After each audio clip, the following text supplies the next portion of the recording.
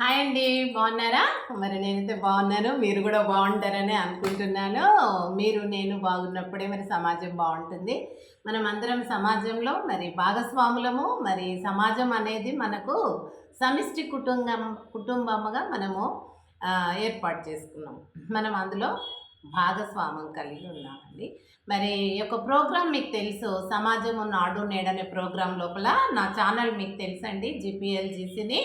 మరి ఆదరించండి, తెరదీయండి, మరి లైక్ చేయండి, కామెంట్ చేయండి, సబ్స్క్రైబ్ చేయండి. మీ అమూల్యమైనటువంటి కామెంట్స్ ద్వారా నన్ను ఎంకరేజ్ చేస్తారని, సపోర్ట్ చేస్తారని మరి ఆశిస్తున్నాను. Thank you.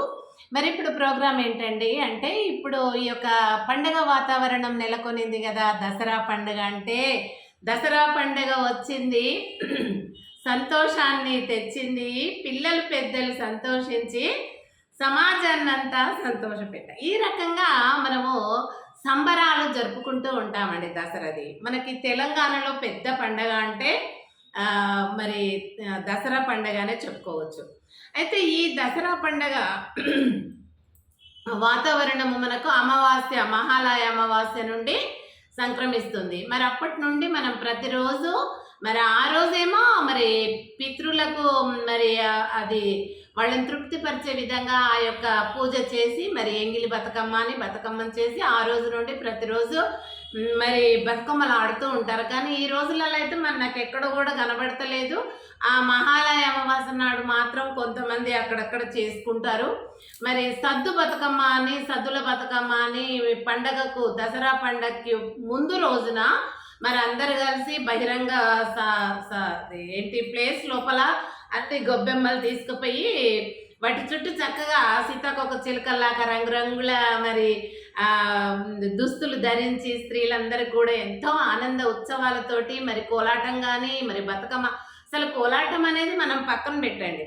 ముఖ్యంగా మనము బతుకమ్మ గురించి కాబట్టి బతుకమ్మ స్టోరీ మీకు చెప్పాను. ఒక రాజు యొక్క కుటుంబ చరిత్ర అక్కడి నుంచి వచ్చింది. అది వశిష్ఠ మహర్షుల వారు బతుకమ్మ అనే అమ్మాయిని దీవించటం వల్ల అప్పటి నుంచి ఈ పండుగ ఆచరణలోనికి వచ్చింది, బతుకమ్మ పండుగ అని చెప్పాను. సో మళ్ళీ ఒకసారి చూసుకోండి. అదేవిధంగా బతుకమ్మ ఆ రోజు నుండి, మహాలయ అమావాస్య నుండి, మేమైతే చిన్నగా ఉన్నప్పుడండి చక్కగా పిల్లలందరము నిజంగా ఆ రోజు నుండి ప్రతిరోజు మరి పశువులు ఎంబడో, పొలంలో పని చేయడమో, ఏజ్ని బట్టి ఆయా పనులు పొలాలలో పొద్దున్న లేస్తే మేము ఊర్లో ఉండేది కాదండి. మొత్తము ఒక తల్లిదండ్రుల వెంబడే మరి పొలానికి వెళ్ళేది. అడవి చుట్టూ అడవి ఉంటుంది, పొలాలు ఉంటాయి. మరి అక్కడ పనులు అయిపోయినాక వచ్చేటప్పుడు ఈ సమయంలో మరి అన్ని తైదకంకులండి, చక్కగా బంతి చెండ్లలాగా ఉంటాయి. ఆ తైదకంకులల్లా లేత కంకులు తెచ్చి, అలాగే జొన్న కంకులు కూడా, ఇప్పుడు జొన్నలు ఏరే సమయము కానీ ఎక్కడెక్కడైతే కొంచెం పాలగా మరి పక్వానికి రాకుండా ఉంటాయో ఆ కంకులు, మరి అదేవిధంగా సద్ద కంకులు అండి, మంచిగా బూజు బట్టి సజ్జలన్నీ తినే రకంగా ఇప్పుడు తయారవుతాయండి. అవన్నీ తీసుకొచ్చి మంచిగా నలిపి వాటిని చెరిగి మరి ఒక దాంట్లో పెట్టి బెల్లము లేకపోతే చక్కెర ఏదో కలిపి మరి అక్కడ పెట్టేవాళ్ళు. ఈ మరి మా ఇంటి దగ్గర అక్కడ ఎక్కడన్నా రోడ్డు ఉంటుంది కదండి, రోడ్లు ఎంబడి అవి బొడ్డె మల్లె పువ్వులు అని ఇంతింత పొడుగు కాడలు ఉంటాయండి. అవి మల్లె పువ్వులు లాగానే ఉంటాయి. మేము ఆ రెక్క పెట్టలు తీసుకొని ఇట్లా నలిసి అని ఊపితే బుగ్గలాగా వచ్చేది. అప్పుడు దాన్ని ఇట్లా పలగొట్టి సంతోషపడేది. ఆ పువ్వులు మేము తీసుకొచ్చి చక్కగా మరి అన్నం మీద కప్పే మూతలు ఉంటాయి కదండి, డేక్షల మీద కప్పే మూతలు, ఆ మూతలు పెద్దగా ఉన్నాయి చూసి దాంట్లో ఈ యొక్క మరి గుల్లెమల్లె పువ్వులు రంగులు ఉంటాయండి. అవి ఇండ్లలోనే పెట్టుకుంటారు. ఆ గుల్లెమల్లె పువ్వులు, ఈ బొడ్డె మల్లె పువ్వులు, ఇంకా అప్పుడు చేమంతి గులాబీలు, అవి ఇవి బంతి చేమంతి గులాబీలు అంతగా ఉండవండి.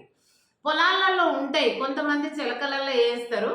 అవి ఎక్కడైనా దొరికితే కూడా ఒకటి రెండు తెచ్చి మధ్యలో పెట్టుకునేవాళ్ళం. ఇక గునుగు అయితే మీకు తెలుసు, దొరుకుతుంది.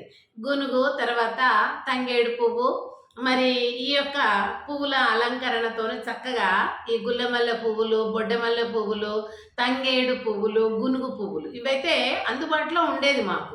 మరి అవన్నీ తెచ్చి చక్కగా మేము ఆ అన్నం మీద మూతల మీద మంచిగా పేర్చి, వరుస క్రమంలో పేర్చి, మధ్యలో ఒక బంతి పువ్వు చెండు పెట్టేసి అందరూ అలాగే చేసుకుంటారు. వాకిట్లో అంత దూరం ఆలికి అది పెట్టేసి దాని దగ్గర ఒక బౌల్లో మంచిగా ఈ అన్ని ధాన్యాలు మనము పాలగా ఉండేది పచ్చివి కదా, అవి పోసి దాంట్లో బెల్లం కలిపేసి అక్కడ పెట్టి ఒకరింటికాడ మొదలుపెట్టి ఎవరు ముందు చేస్తే వాళ్ళ ఇంటికాడ మొదలుపెట్టి ఆ పిల్లలు వాళ్ళ ఇళ్ళల్లో ఆడేవాళ్ళం అందరం చక్కగా బతుకమ్మ. పెద్దవాళ్ళు రాత్రిపూట ఆడతారండి, పొలాలకు పోయేస్తారు కదా. ఈ మహాలయ అమావాస్య నుండి పండగ అయిపోయినాక కూడా ఎవరి వాకిలి పెద్ద ఉంటుందో ఆ వాకిట్లో పొలంకి వెళ్ళి వచ్చిన తర్వాత గబగబా వంట చేసి పిల్లలకు భర్తలకు పెట్టేసి అందరు కలిసి ఆ పెద్దగా వాకిలు ఉన్న వాళ్ళ అక్కడికి వచ్చేసి మొత్తం ఇక ఒక 10-15 మంది మంచిగా బతుకమ్మలు ఆడుతూ ఆ బతుకమ్మ మీద కట్టే పాటలు, ఉయ్యాల పాటలు, నాగమలే దారిలో ఇవన్నీ కూడా రకరకాలుగా ఆ యొక్క పల్లవిని పొదిగిస్తూ ఆ పాటలు మరి రాజుల కథలే కావచ్చు, స్త్రీల కథలే కావచ్చు, ఎక్కడ ఏది జరిగినది అప్పుడు జనపదులు చక్కగా పాటలు కట్టేవాళ్ళండి. ఇప్పుడు మనం అదేదో ట్రైనింగ్ చేయాలి, మళ్ళా సంగీతం నేర్చుకోవాలి, వాటికి సరిగమ పదనిసలు అవన్నీ కూడా వాటికి సంబంధించినట్టుగా రాగాన్ని ఆలాపన చేయటం నేర్పిస్తారు. అప్పుడు అవన్నీ ఏం లేవు. జనపదులు చక్కగా అప్పటికప్పుడు ఏదన్నా ఇన్సిడెంట్ కానీ ఏదన్నా మరి ఎక్కడన్నా సంఘటన ఏం జరిగినా కానీ వెంటనే దాని మీద అది ఏంటి బతుకమ్మ పాట కట్టేస్తారండి. చక్కటి రాగాలండి, కోయిలలు కూసినట్టుగా అంత చక్కగా ఆ పాటలు మరి ఒకరు పాడుతూ ఉంటే అదే పాటను ఇంకొకరు వచ్చి అందరు కలిసి పాడుతూ ఉంటారు. వచ్చిన ఆవిడ ముందు పాడుతూ ఉంటుంది, మిగిలిన వాళ్ళందరూ మళ్ళీ అదే రిపీట్ చేస్తూ ఆ గొబ్బెమ్మ మధ్యలో పెట్టి చుట్టూ తిరుగుతూ వంగి ఆడుతూ తర్వాత నిలబడి ఆడుతూ లేకుంటే ఈ రకంగా వేస్తూ చక్కగా నిజంగా ఎంత మంచిగా అండి. ఇప్పుడు మనం చదువుకొని అది చేస్తే కామను చూడాల్సినవి ఇంత పెద్దగా ఏమి ఉండదు. అసలు ఇప్పుడు చూడాలి ఒక స్టైలు, వాళ్ళ వస్త్రాలు ఏమేసుకున్నామా, జ్యువెలరీ ఏమేసుకున్నామా, ఎలా తయారైనమా, పక్కామె ఎలా ఇవి చూసుకుంటున్నారు. కానీ ఆ రోజుల్లో మాత్రం న్యాచురల్గా వాళ్ళ స్వరాలు, ఆ పాటకు అర్థము, ఇట్లా అర్థం వచ్చే పాటలు చక్కగా పాడుతూ వాళ్ళ ధ్యాస అంతా ఆ పాట మీద ఉండేది.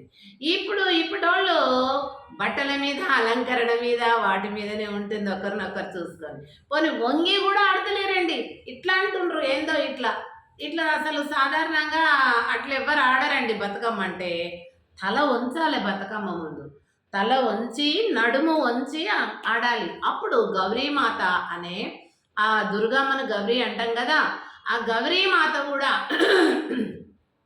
నా ముందు ప్రతి స్త్రీ తల వంచింది అని, నాకంటే తగ్గించుకొని జీవిస్తుంది ఈమె అని ఆ దేవత కూడా మరి మెచ్చుకుంటుంది.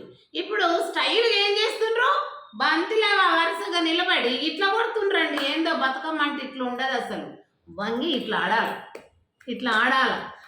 మీరు నా యూట్యూబ్ను డెవలప్ చేస్తే మరి ముందు ఏం చేయాలనేది ఇన్నోవేషన్గా నేను చాలా చేసి చూపిస్తాను.